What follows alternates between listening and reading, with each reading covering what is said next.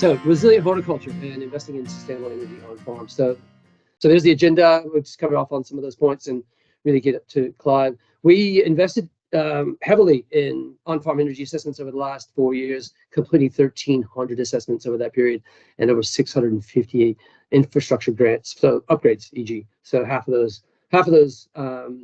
assessments landed in upgrades, which is great. It's really just the beginning of what's possible.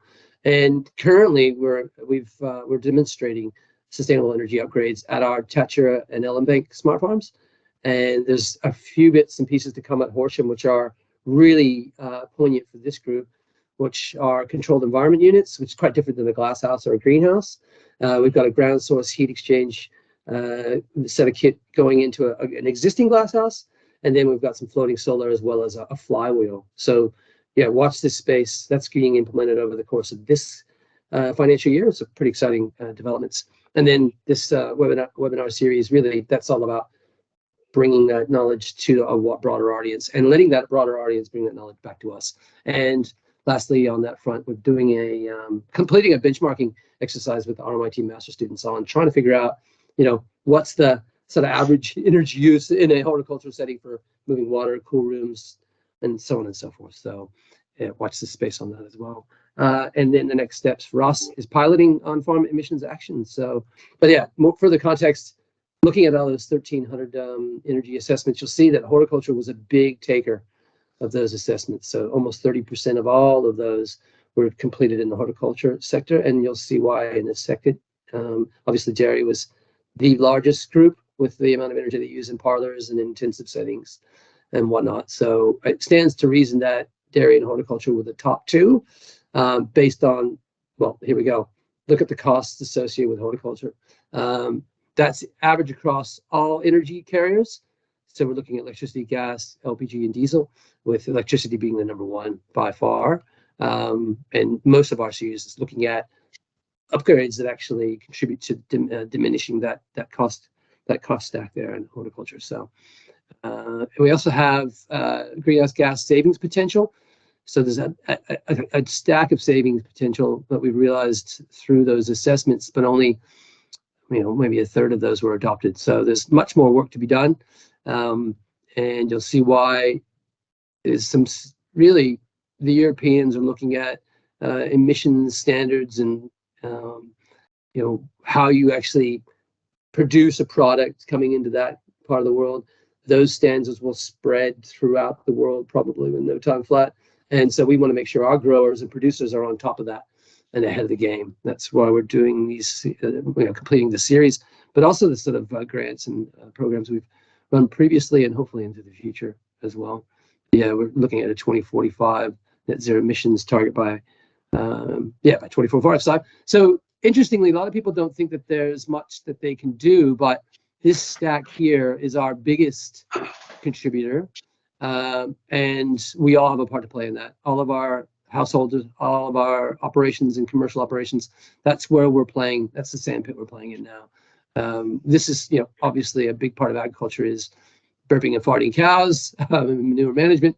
But for horticulture, really, electricity and fertilizer use are the top two emission sources. So that's where we're really going to focus a lot of our efforts. And finally, why people should care also is this, prices have gone ballistic since the privatization of electricity markets and the complexity that comes with that. The gas has been going nuts as well. So it's really, the opportunities are endless in terms of savings, transparency, making sure that you're eligible for export markets and meeting community expectations. So there's stacks of reasons why people are trying to reduce their electricity use and their emissions as well as a result. So lastly, before I throw to Clive, we're actually doing a series of extension services. This is just one of them. We have a community practice where people from New South Wales DPI, Sustainability Victoria, and the Department of Energy, Environment and Climate Action contributed to that body of knowledge I was speaking to it before, that we post on our Oz web-based platform. And then finally, those demonstration projects I spoke to before, we use all of these things to try and enhance farmer investment in sustainable energy. So pretty good suite of opportunities to move the dial when it comes to energy sustainability. And there's that Extinction Oz platform, what looks like all of those articles and case studies. And if you can think of it, it's probably there. And if it's not, help us contribute to that by producing it, so you can be part of that body of knowledge. So here we go. This is Clive Larkman from Larkman Nurseries. He's the man about town who really is a mover and a shaker in the nurseries sector, and owns Larkman Nurseries since what, 1989, was it, Clive? 89 since I've been here. Yeah. And started in 86. Yeah. And what was that that recent not recent appointment, but you're head of, what was it? Tell me again. Tell us again. Chaired Agribusiness Yarra Valley. I'm about to become president of IPPS Australia, and 2 or 3 other bodies. I'm on Victorian Agribusiness Council. Yeah, Cool. A few different bodies. Brilliant. So can you just give us a sense of the overall operation at your nursery, like set the scene of what you're doing there, but also then just a general overview of how you use it, just in a broadest sense, how you use the energy to power that operation? We basically have two businesses, one based in Lilydale, one based in Wandin. The photo you see on the screen there is a Wandin-based one, and we propagate our stock in Lilydale and ship it up to the Wandin one. The Wandin-based product sells those small pots there to the garden centres. The Lilydale business sells small pots to other growers and farmers all over Australia and occasionally overseas. Move on to the next slide if you've got another. The Lilydale property is mostly a propagation property, and this is where we take cuttings, we put them in soil, a potting mix until they put roots on, then we put them into little small pots about 5 centimetres in diameter. And we produce about 1 to 1.5 million a year plants in that system. The other business takes about 100,000, 200,000 of those, and the rest go all over the country. We are a main supplier to the lavender industry for plants for lavender farms. We've been working on that for a long time. As a propagation nursery, that means that's our high energy input. Mm-hmm. Unfortunately, our high energy input is in winter, when our sales are low, our income's low, and energy costs are the dearest. Interesting. Okay. We've always wanted to do solar power or alternative energy because, although a per unit price is probably less than 0.5%, it doesn't matter. It's still something I can cut down quite easily. And we put some solar panels in around 10 years ago because there was a really good deal coming through, and it worked out at cost neutral over 7 years. But we always wanted more. And I don't know, somewhere around about 2019, someone from your area came and spoke at a quarterly seminar I used to run for Yarra Valley Agribusiness, and they spoke about the options that you guys did of funding it, repaying it, attaching it to the rates, and repaying it over a period that makes the repayments less than the savings. And so how did you start that process then? Like, what did you have to do? I contacted the person that came and spoke to me. He put to someone at council. Yep. And he put me in touch with, I think her name was Christine. And we went from there. And I can't understand how it was so simple. Perhaps you guys should talk to the banks. It was just so easy, so simple, that we decided to go ahead with it. Right. So I then asked the guy in the Yarra Ranges who he would recommend as a supplier and designer of a system. So once you heard that initial offering, your first port of call was the council, is that right? Yeah, because they were the ones that were pushing it through our agribusiness network. Right. Okay. Now, other parts of the country it would differ, but that's how. And because I chair Agribusiness Yarra Valley, which is that's a part funded, like a chamber of commerce for rural businesses in the Yarra Ranges. I need the right people to go and talk to. Okay. So I've always wanted to, and there's 2 reasons I wanted solar power. And funny enough, it wasn't to save money. It was because in the Yarra Ranges, we are forever dropping out of power. Car hits a tree, power line goes down, and where we are, we're not in the high priority to reconnect power, and they all go out at once. Okay. In 2020, 2021, just after we installed this, the power's out for 10 days. Now, Wow. Okay. we can't run a business with no power. That's right. So you've got a battery there as well. Is that right? Yeah, we've got a fairly small battery system, as you saw there, but it will run the office and the key controllers of our watering system, which are the solenoids, which turn on and off because they're very low power usage, for about 5 hours. Mm-hmm. Based on the fact that when water's critical in the summer, where you've got daylight from sort of 6 a.m. till 7 p.m., the solar power will run it directly off the solar power. Then the batteries only have to allow us for a few hours in the evening until it cools down. Okay. Eventually, I'll put more batteries in and put more solar panels in because I want to be able to develop a system where, and you've told me that the computer power is there, where it can calculate how much power I've generated during the day, how much I've got my batteries, how much I'm going to need if the power goes out at dark to get through the morning, and then whatever power's left, it'll just use to run my heating system or my night powering system. Oh, yeah. Okay. So did you, that initial foray into local government, but you hadn't had a quote at that time. There was no, installer. It was just that initial, how do I deal with the bureaucracy? That's how it starts. Yeah. Is that? Well, yeah, it was, how do I make it happen? Yep. Okay. Yeah, and what did council do at that stage? They put me in touch with Christine and they put me in touch with the designer. The designer came up with a package. We worked out what the cost was, and Christine and the system said, okay, it's going to cost that. Let's look at your power bills. Okay, you're going to save this. So your payback is 9 years at this interest rate at these repayments. And I said, well, it's a no-brainer. Yep. Let's just do it. And would you say, if you looked at your power bills previously and what they are now, does it feel like with the infrastructure in place, is it almost like a break-even proposition? It's hard to tell. As I said to you, you sure at the same time in 2020, in the middle of COVID, we turned a 100 square meter propagation facility into a 500 square meter propagation facility, which uses twice as much power. Yep. We put in a whole new heating system, which saves power. And at the same time, this year, our power's gone up 40%. I can't tell when I'm saving money, but I'm not paying much more than I was. And you've doubled your productivity in a sense. Yeah, that's brilliant. Yeah. So that's a really terrific outcome. And how, was there an initial down payment? How did the initial payment did you, because it's not cheap. Everybody knows on the phone, on the webinar that, investing in batteries and solar is not a cheap investment, but no, what was the upfront? I think the package, I think you had some rules. If the total package was, I think, under $60,000, it didn't require any upfront payments. It could be 50,000 or 40. I don't know. There was a figure there. If we kept it under that, it didn't require any upfront payments. It didn't require an accountant's analysis of the business. It just required some basic turnover figures, profit margin, and they went through with it. So it was just really, really simple. Really simple, and no upfront payments. No, none. Right. That's yep. It's attached to your rates. So it doesn't count as a loan. So when I go to the bank, it's not a loan on the books. It's a charge attached to the property.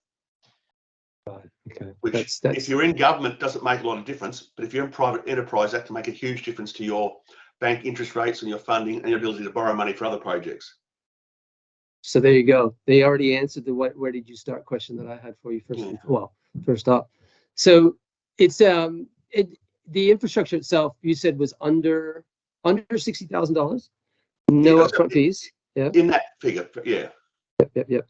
And you've effectively doubled your productivity without paying more, is what you're saying. Is that right? Correct. Right. I think we've got 39 panels, but I keep telling you, the real benefit for us is when the power goes off in summer, the switch is so quick, our computers don't even flicker. Yeah. And it just means we can keep working in the office. All our key sprinkler systems, which are run by solenoids, where we have to water in the summer, probably every 2 or 3 minutes, every 20 minutes, they're turning on. So we're talking about critical watering. We don't have to panic. It just happens.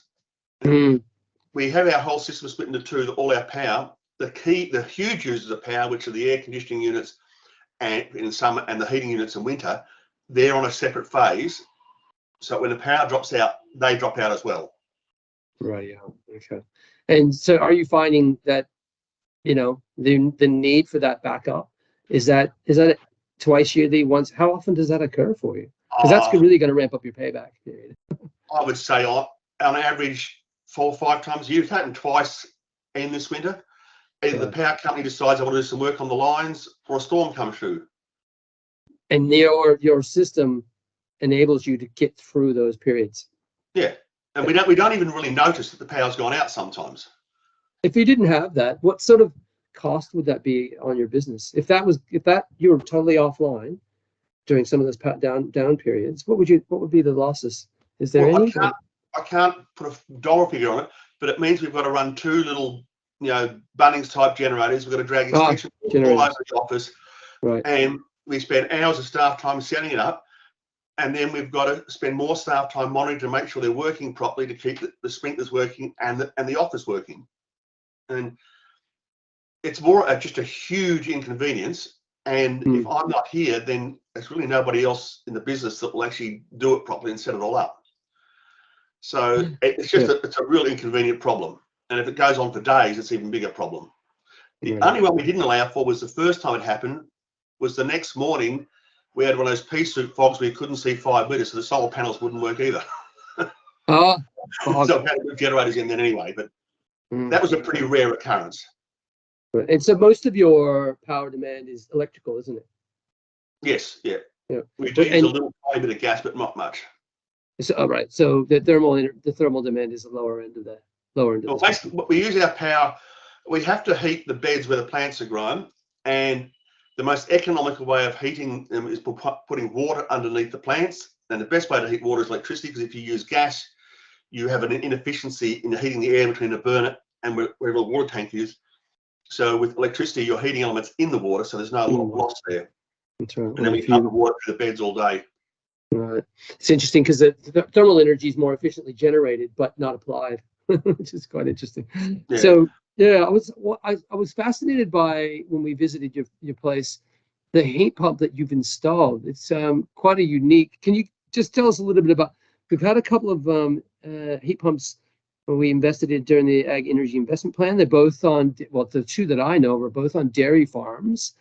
And we've realized something like in the order of 2 to 2.5, COP of 2 to 2.5. So, 2.5 kilowatts out of 1 that goes in. So can you describe your heat pump, how you've installed that, and what sort of COP you're getting? Yeah. On my photo there, that's a heat pump there. It's designed for heating spas and pools. We've got 2. We've got one that heats the water for the nursery, and we've got one that heats the water for our pool, for our bed and breakfast. That keeps 55,000 litres of water at 28 degrees between October and April, running at between 1 and 2 hours a day at most. Right. It's supposed to have a COP of 1 kilowatt in, 6 kilowatts out. I don't believe any marketing, but if I'm getting 4, which is 2/3 what they say I'm getting, I'm still doing really well. You're doing really well. That's right. That thing there keeps our water. You can see behind on the right hand side of the image, a big blue thing. That's a 15,000 litre water tank. And we've got about 10,000, maybe 5,000 litres of water in the system at any one time. That pump keeps that water at 40 degrees all day, every day. The only time it doesn't work is when the ambient temperature drops below 7 degrees. And we've got a backup system that heats up a large volume of water at night, and we use that. But basically, it runs perfectly well between, so long as the temperature doesn't drop below 7, and when it does below 7, that's generally only between sort of 10 p.m. and 6 a.m. So it's very, very efficient. And that would be just a couple of months a year, really, that happens, yeah? Oh, we're talking maybe 20 days in the whole year where it can't cope. Yep. And even when it can't cope, when we know that's happening, we turn our beds down from 23 degrees to 19 degrees, so that we'll generally get through. So we're looking at maybe 2 to 3 hours, 5, 6 times a year where it's not coping, and we can live with that. Ah, right. And so it's interesting that you said there's a spa pump. What made you reach out for something like that? I'm a bit of a weirdo. I spend my whole life looking at what everybody else is doing in other industries and seeing what I can take from another industry and put in my industry. I happened to be at a plumbing store, and they had a big ad for this heat pump for your spa, and I thought, I'll ring up, I'll do some research. It comes with a variable speed pump, and the pump and the heat pump and the water pump go together. They're Bluetooth connected, So that as the water is needed, the pump boosts up high, then it runs down and runs a lot less thing to keep the water ticking over. They quoted me about $6,000 delivered and about $2,000 to install it. It's not terrible. And so it's performing to your expectation, obviously. Then. Yeah, they told me one nursery had tried it before in WA before we tried it, and they told the nursery you can't use it as your prime source of heat because it won't work at certain temperatures. That's right. I'm aware of that, so I've designed my system to allow for that, and I recommend it to anybody. And one of the people's criticism I get is people say, well, it won't work over 40, 45, 42 degrees, and we need 70 degrees water. Well, if you put the heat pump on your return, not your outgoings, the water you're heating is 10 degrees, 15 degrees warmer than what it was if you didn't put this in. That's right. And so if it's running during the day, we've got solar power running it, it really is super efficient. Yeah. So performing to expectation and cost effective, easily installed. Did you do that yourself? Did you do the work yourself on this case? No, I got a plumber to do it because we just don't have enough hours in the day. Yeah. And I can't copper weld. And when you're working with water at this temperature, you can't really use PVC. You need to use the copper. Copper. Okay. And so, you did. Yep. Yeah. And if that's something under the finance mechanism you mentioned before, could you have, like this, precluding how you did do it, could you have invested in that under the same package that you mentioned we were talking about before earlier? I probably could have, but for $8,000, it's sort of yeah. Pay it seriously, and the return is so quick. Yeah, right. So interestingly, we've got a heat pump that could be driven partially by the solar power with batteries as a package that you could actually install with no upfront costs. That's what we're talking about right now. Oh yeah. And administratively, Clive is he's experienced a lot of government bureaucracy, saying that this is quite an easy experience to go through as well. Is that right? It is, and they changed my repayments from monthly to quarterly, and they send me an email out 4 weeks before the payment's due to go out, reminding me that the payment's coming out and how much it is and what day it'll come out. Already out. That's brilliant. Yeah. And again, just to reiterate for the many folks that came in later, Clive's been able to double production while maintaining similar energy costs, while again zero upfront. So it's quite one of our greatest barriers. So I just want to let people know that we did a bit of work on the barriers to investment in infrastructure upgrades for energy, and two of the top barriers were upfront costs and a hesitance around the stated performance outcomes that were expected. And it feels like to me, Clive, you've kind of overcome overcome number one in terms of the investment was completed at zero upfront costs, and that the upgrades you've landed are performing as expected. Is that safe to say? That's also safe to say. And you guys set your repayment terms at below the calculated savings. Right.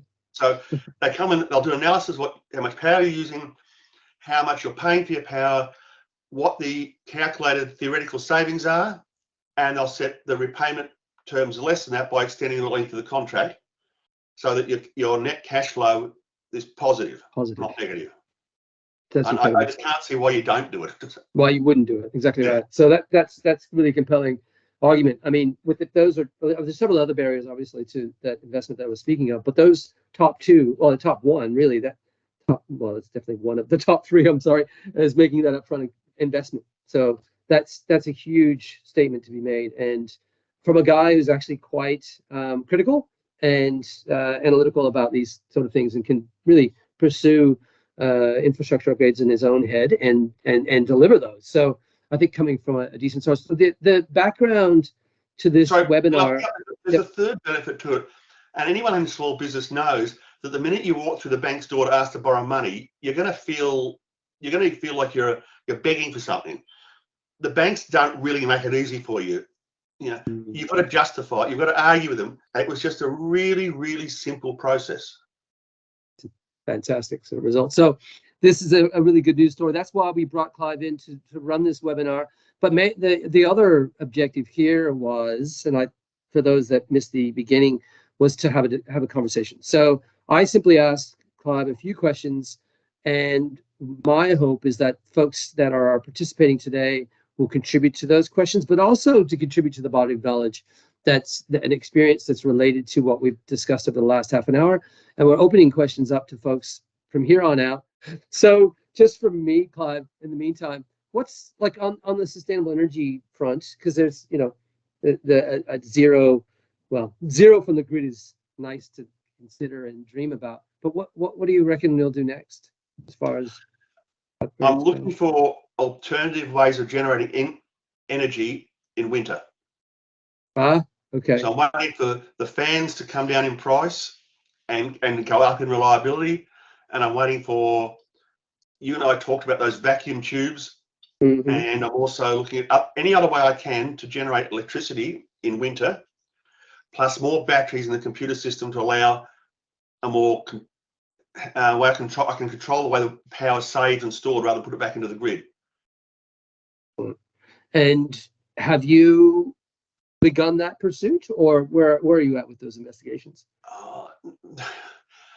I don't go pursuing. I just listen. Okay. We just went 3 weeks traveling around Europe, visiting nurseries there, visiting nurseries in America in October. You just listen and learn and think, and you'll hear something and go, oh, I'll try that, or I'll try that, or I'll have a look at that. So it's just opening all the time to whatever comes my way, what I trip over. And could you give us a rough estimate of what that gap is, in the winter gap that you need to fill that you're talking about at the moment? Is that possible? It's about $5,000-6,000 a quarter. I'm running about $4,000 a quarter, $3,000 a quarter in summer. Okay. In winter, it goes up to about $7,000. So about $4,000 or $5,000 of the power I need to generate there. Yeah. Okay. It's the big heating systems that I have to use in those really cold nights is 40 kilowatts. So that's a big system. So are you talking 40 kilowatt hours a day? Are you talking about? It's a 40 kilowatt heater. Oh, sorry, you're talking about heater. That I have to use as my backup, and I need to be able to have enough power to at least run part of that when it gets really, really cold. Yeah. Any part of horticulture where you've got to heat things, this system works really well. Yeah. No, so, or if you've got to cool things, of course, if you're air conditioning, then it really works well. Got a question from Rick Glover here. So Rick's asked, what meter square area are you heating? And have you looked at synchronizing a small generator with your solar battery? Yes, we're looking at putting in a 10 kilowatt generator as complete backup, because we also have a bed and breakfast. We want to be able to run the whole thing. That's down the track. We've just come through the worst cash flow winter we've had for a long time, so we're just holding off on that. The square meter is a funny question. We're a propagation nursery, and it is on a square meter. We're not heating the air above the plants, and we've got about 400 square meters of bed space. 400 square meters, right? Most people that are heating air are actually talking cubic meters, whereas we're not heating the air. We have to raise the temperature of the root zone of the plants. We want to try and keep it at 23 degrees. And we don't really care what the temperature of the air above the plants is, if that makes sense. Oh, of course, yep. That's great. Whereas if you're heating the whole room, then you need formulas for cubic heating, not square meter. And the general practice right across Southeast Australia is 3 watts per square meter per day is what you need to put in on average over a 12-month period. In the middle of winter, it's a lot more. Terrific. Very, very little work done academically anywhere on the heat inputs for propagation. Is that right? So heating inputs to propagation. Are you saying there's very little literature review on that? There's only one person. It was a guy in Queensland in the mid-90s who actually did the calculation on the square meter you need to, because it's deceptive. You're just trying to heat the root zone of the plants. That's right. Exactly. Yeah. And and sometimes the top air might already be 20 degrees. You still need to get the root zone up to 23. You're trying to get root plants, not leaves. We got another question from Peter Young. I know Peter. We go back a ways. Peter says, "What organic waste do you produce from waste material generally?" Let me get this out of the way. Each year, like, do you have any idea tonnage wise, and because it could be converted into power or biofertilizer?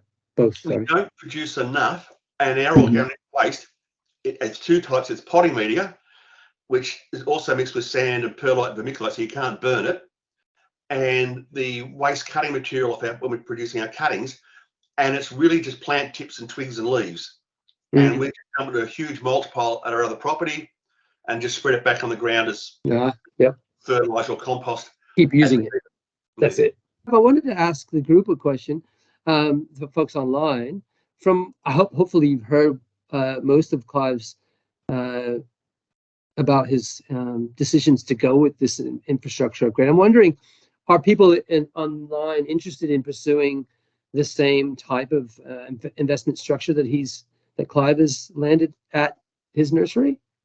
Are people considering upgrades? There's another question there. Oh, here we go. Is this a Yarra Valley Council program or a big government program that funded the system? Is it still available to apply? So that actually started at the City of Melbourne, first and foremost, and now it's across Australia. Everybody can do it. It's Sustainability Australia, and it runs it through your local council. So if you're in the Yarra Ranges, you go to the Yarra Ranges. Most rural and peri-urban councils have agricultural development sections, and you go and speak to them, and I should be able to put you in touch. And if not, you just contact Kelly and myself. Great. So Chun's got let me just make sure I got that right. Chun Go has got a question or a statement. Hi, I'm from Energy Smart Water. We've done a study and provided solutions to help farmers in their heating demand to overcome the challenge during the winter months. Feel free to reach out if you need any assistance with your heating solutions. Okay, so hopefully people can see Chun's statement there. So from Energy Smart Water, if you're looking at heating water during the winter challenge, heating water during winter, reach out to Chun. He's right there in the chat box there. So not something I could respond to myself, but yeah, this is part of the rationale also behind the webinar series, is for us to show and showcase best practice measures that we've realized through Ag Energy Investment Plan and through other measures as well. So we're very objective about where they come from, but what we want to do is fast track energy investment upgrades. Really, that's really what it's all about. We're not interested in highlighting particular products or particular service providers, but all of them that are good. And this is the form in which we can do that. So we've got the what's next. We've heard about Clive's heat pump system there. It's it's not an old, I should say. It's a brand new or relatively new spa pump.